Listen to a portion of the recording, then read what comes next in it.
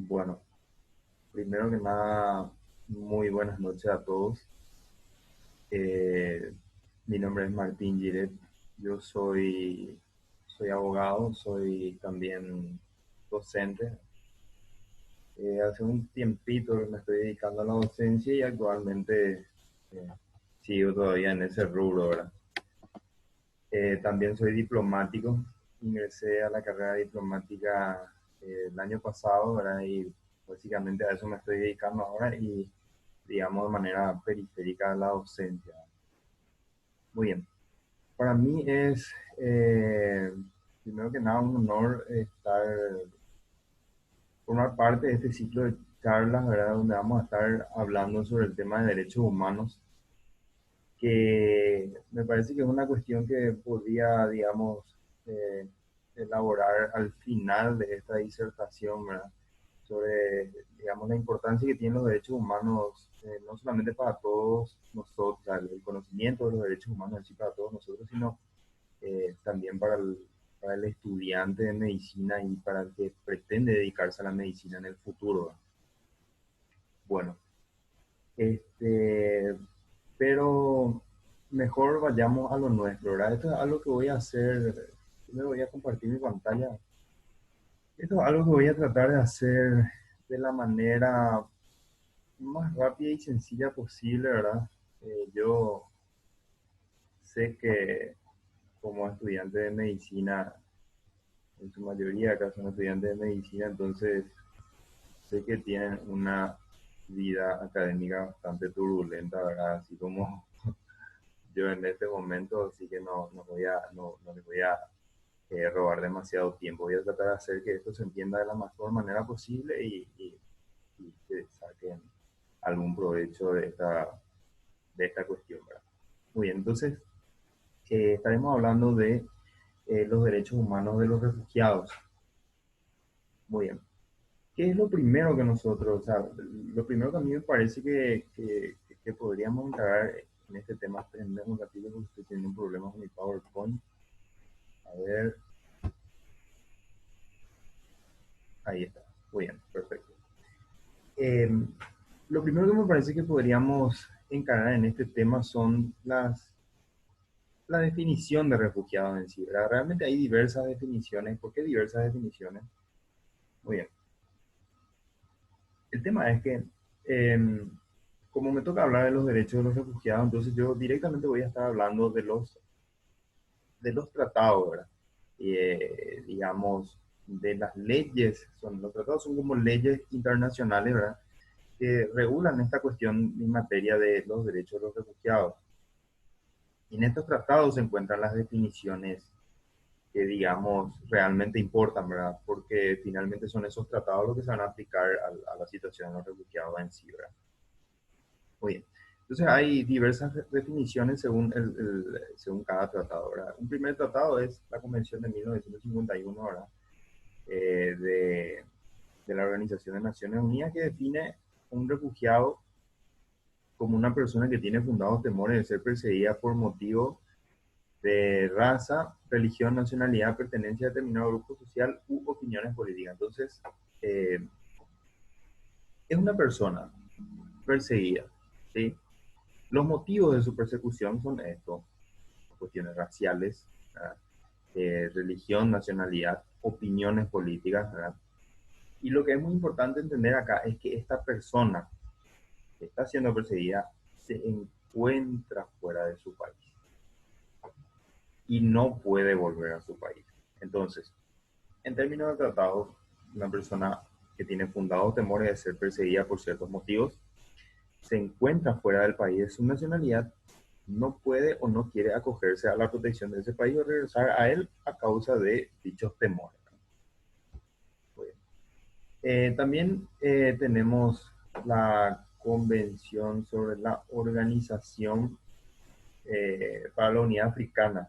Y este es realmente un tratado regional de África que define eh, a los refugiados como toda persona que debido a agresiones externas, ocupación, dominación extranjera u otros eventos que alteren gravemente el orden público en una parte o en la totalidad del territorio del país de su origen o nacionalidad se vea obligada a huir del lugar donde habitualmente reside. Entonces, lo que esta convención particularmente hace es, digamos, adaptar la situación o el concepto de refugiado, digamos, a la situación particular que vive África. Este es un tratado que se adoptó durante la descolonización africana. Durante el proceso de descolonización africana, ¿verdad?, que se dio a comienzos de la década de los 60. Y entonces, acá vemos cuestiones como agresiones externas, ocupación, dominación extranjera, o sea, son temas muy típicos de África, ¿verdad?, en esa época y quizá un poco hoy en día, ¿verdad? Muy bien. Y por último, tenemos esto no es un tratado, o sea, una declaración no es obligatoria, ¿verdad?, jurídicamente para los países, o sea, es un, digamos, un documento, ¿verdad? Un documento importante, es de referencia, ¿verdad? En América Latina, en la ciudad de Cartagena de Indias, eh, se, se hizo una reunión de representantes y conocidos en el tema y sacaron este documento que se llama Declaración de Cartagena, ¿verdad? A mí esta me parece la definición más interesante del tema, la que más, digamos, aclara la situación. Y dice que un refugiado es lo siguiente: una persona que salió de su país porque su vida, seguridad o libertad han sido amenazadas por violencia generalizada, ¿verdad? Un montón de causas, ¿verdad?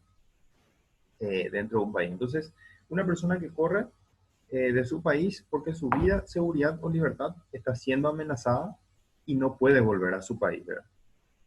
Eh, Este es un pequeño mapa de la situación de los refugiados, ¿verdad? Acá realmente hay demasiados datos, acá no voy a estar analizando cada uno ni contando la historia, ¿verdad? Porque eso, eh, digamos que no me compete, ¿verdad? Porque solamente estaría hablando de los derechos, ¿verdad? Eh, lo que a mí me parece interesante que podamos entender, ¿verdad? Es que un refugiado, esto es Siria, ¿verdad? Un refugiado no es una persona que tuvo que salir de su casa y está dentro de su país, ¿verdad? Un refugiado es realmente una persona que tuvo que salir de su país, o sea, es un sirio, digamos, que se encuentra en Turquía, ¿verdad? No es un sirio que se encuentra en Siria, eso no es un refugiado. Después vamos a estar viendo una serie de conceptos para hacer una desambiguación, no sé si creo que es la palabra, del concepto de refugiado, ¿verdad? Para entender la diferencia. Entonces, un sirio que sale de su país, estos sirios generalmente lo que hacen es tomar dos rutas para ir a Europa, ¿verdad? Generalmente en Europa esta gente busca una nueva vida, ¿verdad? Pero la verdad es que no es una situación muy fácil, ¿verdad? La ruta de los Balcanes o la ruta del Mediterráneo, ¿verdad? Que, repito, no es un tema que me toca hablar, es realmente algo muy interesante, pero hay mucho material sobre eso, ¿verdad? Muy bien. También me parece importante aclarar que hay una condición en el tema de los refugiados. O sea, no es solamente que un refugiado es algo que se define académicamente, sino es la condición de refugiado requiere que un país, el país que va a recibirle a ese refugiado, por ejemplo, Paraguay va a recibir un sirio, Paraguay le reconozca su carácter de refugiado, ¿verdad? Esto es sumamente importante, esa es la condición eh, que, que, que tiene una persona para ser recibida como refugiado y tener todos los derechos de los refugiados, ¿verdad? Tiene que haber un reconocimiento del Estado. Muy bien, entonces, para ir viendo de repente los diferentes conceptos que hay y tratar de no confundirnos, ¿verdad? Cuando yo mencioné el tema de los sirios que salen de su casa, ¿verdad? Un sirio, qué sé yo, de Alepo, la ciudad de Alepo es una de las ciudades que más sufrió la guerra civil siria. Una persona que sale de Alepo y va a Damasco no es un refugiado, ¿verdad? Esa persona se encuentra todavía en Siria. Entonces, a este tipo de personas se les conoce generalmente como desplazados. Eh, suele decir también, eh, se suele decir también desplazado interno. Ahora a mí me parece que la palabra desplazado interno es una redundancia, ¿verdad? Pero desplazado se le llama a las personas que salen de su casa, pero no pueden salir, no salen de su país. También está la cuestión de los apátridas, o el caso de la apatridia, ¿verdad? Una apátrida puede ser o no un refugiado, pero lo importante acá entender es que los apátridas no son lo mismo. Los apátridas son, como dice su nombre, gente sin patria, el prefijo a que es negación y patria que viene de patria, ¿verdad? Entonces, son personas que no tienen nacionalidad prácticamente, y esto es realmente muy grave, porque nosotros que tenemos país, tenemos nacionalidad, etcétera, no nos damos cuenta, ¿verdad? Pero realmente uno, si es que no, si es que a uno no lo acoge ninguna nacionalidad, esto representa una situación bastante grave porque eh, evidentemente eso es como tener una muerte civil, uno ni siquiera tiene derechos a nada prácticamente si es que no es, no tiene un país, ¿verdad? Entonces, una situación bastante complicada también, pero no son refugiados. Y por último, solicitantes de asilo que son, eh, digamos, refugiados en potencia, ¿verdad? Son las personas que se encuentran fuera de su país, ¿verdad? Y están solicitando el reconocimiento de la condición de refugiado y están a la espera de que un país lo reconozca. Bueno, este, muy bien. También me parece interesante hablar un poquitito de cuáles son los documentos importantes, ya sean tratados o declaraciones en el tema de los refugiados. El primero de todos que sí o sí, es, digamos como la Biblia de los refugiados en materia de tratados, es la Convención de 1951 de las Naciones Unidas que establece el Estatuto de Refugiados. Esta convención presenta la característica de que esta convención lo que hace es el tratar el tema de los refugiados dentro del contexto del fin de la Segunda Guerra Mundial, ¿verdad? Entonces no es un documento para la generalidad, sino es un documento para una situación específica de una determinada época. Por eso es que en 1967, si no me equivoco, se aprobó el protocolo a la convención del Estatuto de los Refugiados. Perdón porque no les puse la fecha de este protocolo, que es realmente 1967, este es posterior, ¿verdad? Pero es un protocolo a esta convención, ¿verdad? Bien, este protocolo lo que hizo es ampliar, digamos, la cuestión de los refugiados a, a la generalidad, ¿verdad? Y por último se encuentra la Declaración de Cartagena que habíamos visto anteriormente, que es un documento regional y no es jurídicamente obligatoria. Eso es lo que es importante que sepamos. La Declaración de Cartagena es un documento de referencia, un documento importante, muy lindo todo, pero no es obligatorio para los estados. No así la Convención de 1951, que es protocolo a la Convención, que sí son tratados obligatorios. Eh, este, hay ciertos derechos, ¿verdad? Como es una charla de derechos, entonces evidentemente no puedo dejar de hablar de ellos. Hay ciertos derechos para los refugiados en la convención, la convención de 1951, ¿verdad? Son varios, no castigo por la entrada irregular al país, algunos son bastante obvios, ¿verdad? El derecho a tener un empleo remunerado, a la libertad de circulación, vivienda digna, educación pública y gratuita, asistencia médica, libertad de religión, etcétera, ¿verdad? Que me parece que estas cuestiones podría ir hablando más tarde cómo se dan en la práctica. Muy bien. Eh, bueno, existe una institución que se dedica a esto, a este tema de los refugiados, que es el Alto Comisionado de las Naciones Unidas para los Refugiados, eh, que fue establecida en 1950, más o menos en el contexto del Estatuto de los Refugiados de 1951, ¿verdad? Esta agencia obviamente tiene a su cargo llevar el tema de los refugiados, ¿verdad? ¿Cuáles son las tareas que lleva a cabo la ACNUR? Esta institución lo que hace es Cuando una persona salió de su país, un refugiado, evidentemente ayuda o trata de buscar ayuda para que esa persona vuelva a su país. Eh, También, si es que esto no es posible, evidentemente, yo creo que la mayoría de las veces luego no es posible, por algo salen de su país, ¿verdad? Lo que hace la ACNUR es ayudarle a esa persona a integrarse al país que le va a recibir, y si esto de nuevo no es posible, ayuda al refugiado a reasentarse en otro país, si es que no puede. Por ejemplo, un sirio en Turquía, ¿verdad? No se puede asentar en Turquía, entonces le ayuda a asentarse, digamos, no sé, a otro país de Europa, o de Libia, Turquía, etcétera. Eh, Muy bien. Y la ACNUR tiene prácticamente digamos, eh, dos campos de acción. A nivel internacional, promueve acuerdos internacionales, ¿verdad? Y controla que los gobiernos respeten los derechos de los refugiados. Y a nivel local actúa de una manera un poco más específica, eh, estableciendo, en situaciones de emergencia, ¿verdad? Estableciendo campamentos de refugiados, reuniendo familias separadas y administrando alimentos, eh, cuestiones por el estilo, ¿verdad? Bueno, antes de ir a lo de Paraguay, me gustaría con ustedes ver un poco ciertos datos este tema esto está en la página de la ACNUR, justamente, ¿verdad? Ciertos datos sobre el tema de los refugiados, ¿verdad? Es realmente increíble. Hay 80 millones de personas desplazadas, ¿verdad? A finales del año 2019, ¿verdad? 26 millones de refugiados.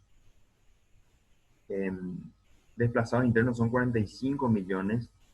3,6 millones de venezolanos desplazados también. Y eh, un montón de cosas que podemos encontrar. Acá en la página de la ACNUR hay muchísima información sobre el tema, ¿verdad? Y volviendo a nuestra presentación, chicos, eh, tenemos el marco legal de los refugiados en Paraguay, que son prácticamente tres cuestiones. Primero, el Estatuto de los Refugiados, del cual ya habíamos hablado, que es un tratado internacional que Paraguay aprobó.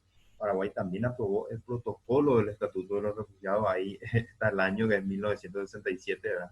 Tenía miedo de equivocarme el año anterior. Por suerte me corroboró el dato, ¿verdad? Y por último, resulta interesante la Ley de Refugiados número 1938 del 2002, que es una ley paraguaya para regular el tema de los refugiados, ¿verdad? Esta ley eh, presenta una cuestión interesante porque crea una institución paraguaya a cargo del tema de los refugiados. Esta institución se llama Comisión Nacional de Refugiados, o CONARE. Yo particularmente eh, trabajé, eh, en un ratito,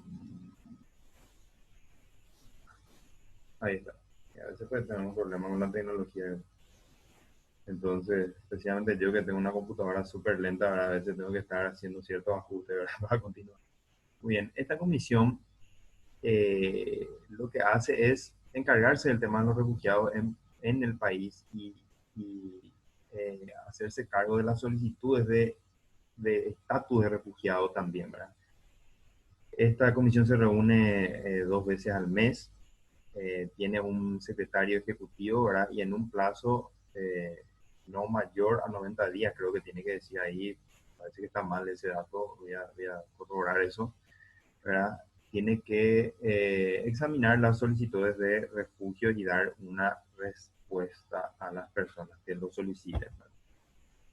Eh, entonces, se hace una solicitud del estatus de refugiado, ¿verdad? En el Paraguay. Esto se dirige directamente al secretario ejecutivo de la Comisión Nacional de Refugiados, y este refugiado, una vez que ha aceptado eso, recibe unos documentos que avalan ese estatus y le dan ciertos derechos dentro del territorio del país, ¿verdad?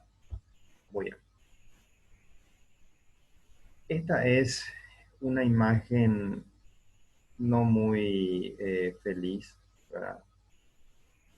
Y no quería terminar con esto, pero termino con esto porque me parece que todo esto que habíamos visto nosotros acá, de los derechos, la ACNUR, los tratados, la ley, etcétera, no son representativos de la realidad que viven estas personas, ¿verdad?